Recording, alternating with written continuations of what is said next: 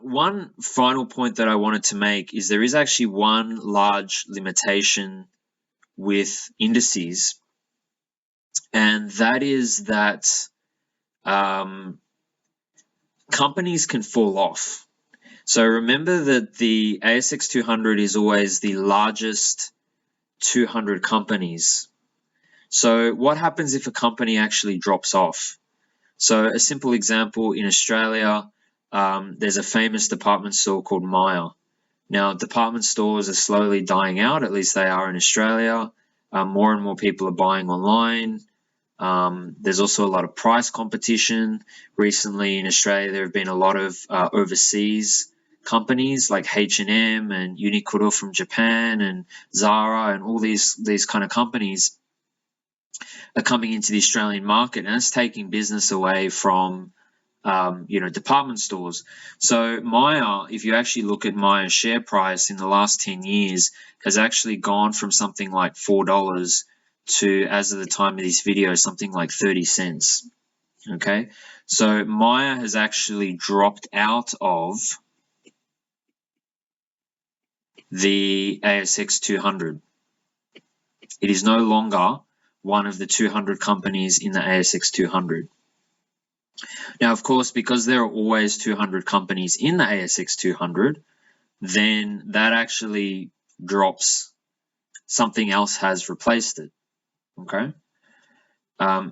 Another example, I don't know how well this video will age, but Afterpay is a company that actually hit the ASX 20. So it was one of the 20 largest companies by market cap in Australia.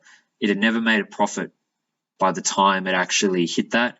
It had a market cap of something like $40 billion. Not bad for a company that never made a profit, right? So because it was in the ASX 20, every company that had a lower market cap dropped down one. And so down somewhere else, it would knock a company out. Now, this doesn't get updated daily. It actually gets updated, I believe it's quarterly, so every 3 months. So at the end of each quarter, S&P will look at the top 200 companies and they'll say, right, that's going to be our 200 companies for the next quarter. But the key point that I'm saying is that what it actually does is it keeps winners. And so naturally indices are skewed to be positive, because even if you look at, for example, the pandemic, the COVID-19 pandemic, there were some companies that got absolutely smashed, right?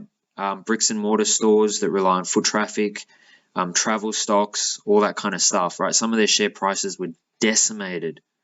So some of them might have dropped off the ASX 200, or they might have dropped off the S&P 500, and they're going to be replaced with other stocks or other companies, for example, e-commerce stores, right? So that's why, in a way, the ASX 200, as I've said here, it is kind of skewed to the positive, because the top 200 is always going to change. So if you actually want to compare, you can maybe search online and try and find, like, what was the S&P 500 from 10 years ago, and you actually notice that a lot of those companies, they're not around anymore. They've gone bankrupt, or they've been bought out by other companies, or whatever. So what you'll find is that this is very dynamic. It's not static. It's always changing, and this is really critical to understand. Okay, so even now, a lot of people are saying, oh, well, the indices have hit their pre-COVID highs. And so you could look at that and say, okay, well, the world's back to where it was before. If you actually look at the reality, that's not the case, right? People are still in a lot of hardship. There are a lot of companies that are still struggling. So that demonstrates that, these indices are skewed to the positive, because they're always just going to take the top 200 or the top 500 or the top 30 companies that are there.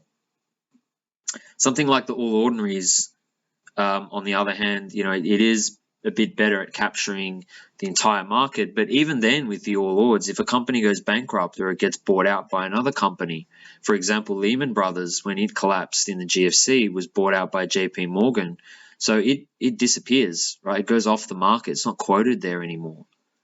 So even something like the All Ords can be skewed to be positive. But anyway, that's indices. That's market indices. That's how it works. As always, if you have any questions or comments, feel free to comment below and stick around for more great content.